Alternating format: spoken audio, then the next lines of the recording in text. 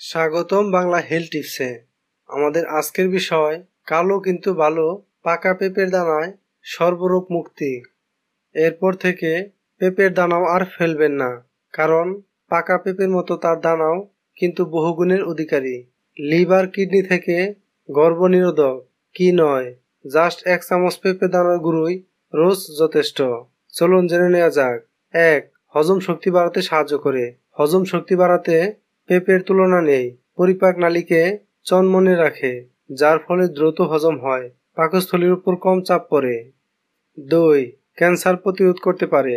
পেঁপের মধ্যে ক্যান্সার বিরোধী ধর্ম রয়েছে, ফলে ক্যান্সারকে দূরে রাখতে নিয়মিত পেঁপে খেতে হবে। গবেষণায় দেখা গিয়েছে পেঁপেতে রয়েছে ফাইটোনিউট্রিয়েন্ট, আইসোথিওসায়ানেট, যা স্তন, প্রস্টেট, ফুসফুস ও কোলন ক্যান্সারে আক্রান্ত হওয়ার হাত থেকে বাঁচায়। 3. লিভার পরিষ্কার করে। পেঁপের মধ্যে যে ডিটক্সের গুণ রয়েছে তা কম বেশি সবারই জানা। লিভারের সমস্যায় যারা ভুগছেন বা না ভুগলেও যারা চান লিভার ভালো থাকুক, পাকা পেঁপে খেয়ে যান। 4.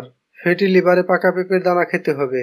বহু গবেষণায় দেখা গিয়েছে ফ্যাটি লিভার বা লিভার সিরোসিসে যারা ভুগছেন তাদের জন্য পাকা পেঁপের দানা খুব ভালো ওষুধ।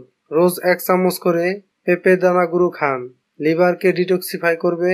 এর পাশাপাশি খাওয়া দাওয়া ও লাইফস্টাইলে কিছু পরিবর্তন আনতে হবে। ভালো ফল পেতে আগে ড্রিঙ্ক করা বন্ধ করতে হবে। 5. কিডনি ফিট রাখে। লিভারের মতো কিডনি থেকেও ক্ষতিকারক জিনিস বের করে দেয় পাকা পেঁপের দানা। 6. রক্তের চাপ কমায়। বিভিন্ন গবেষণায় দেখা গিয়েছে পাকা পেঁপের পাশাপাশি পেঁপের দানাও হৃদযন্ত্রের স্বাস্থ্য ভালো রাখে। পেঁপেতে থাকা কার্পেইন নামে বিশেষ এক যৌগ উচ্চ রক্তচাপও কমায়, ফলে যারা হাই প্রেসারে ভুগছেন বেশি করে পেঁপে খান। 7. গাঁটের যন্ত্রণা, হাঁপানি, আর্থ্রাইটিস এসব অসুখেও পেঁপে খুব উপকারী। বিশেষত পেঁপে গাছের ডাল এর মধ্যে থাকা বিশেষ উৎসেচকের উপস্থিতি আর্থ্রাইটিস, গাঁটের যন্ত্রণার পাশাপাশি হাঁপানিতে ভালো কাজ দেয়। আর প্রাকৃতিক গর্ভনিরোধক হিসেবে ভারতীয় সংস্কৃতিতে পাকা পেঁপের দানার ব্যবহার বহুল প্রচলিত। গর্ভবতী হতে চাইলে সে সময় পেঁপের দানা খাওয়া যাবে না। আবার পুরুষদেরও স্পার্ম কাউন্ট কমিয়ে দিতে পারে, ফলে কোনো পুরুষেরই যৌবনকালে একটানা পেঁপে দানা খাওয়া অনুচিত।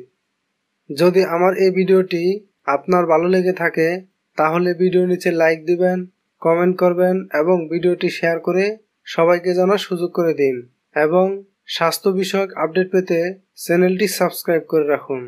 ধন্যবাদ।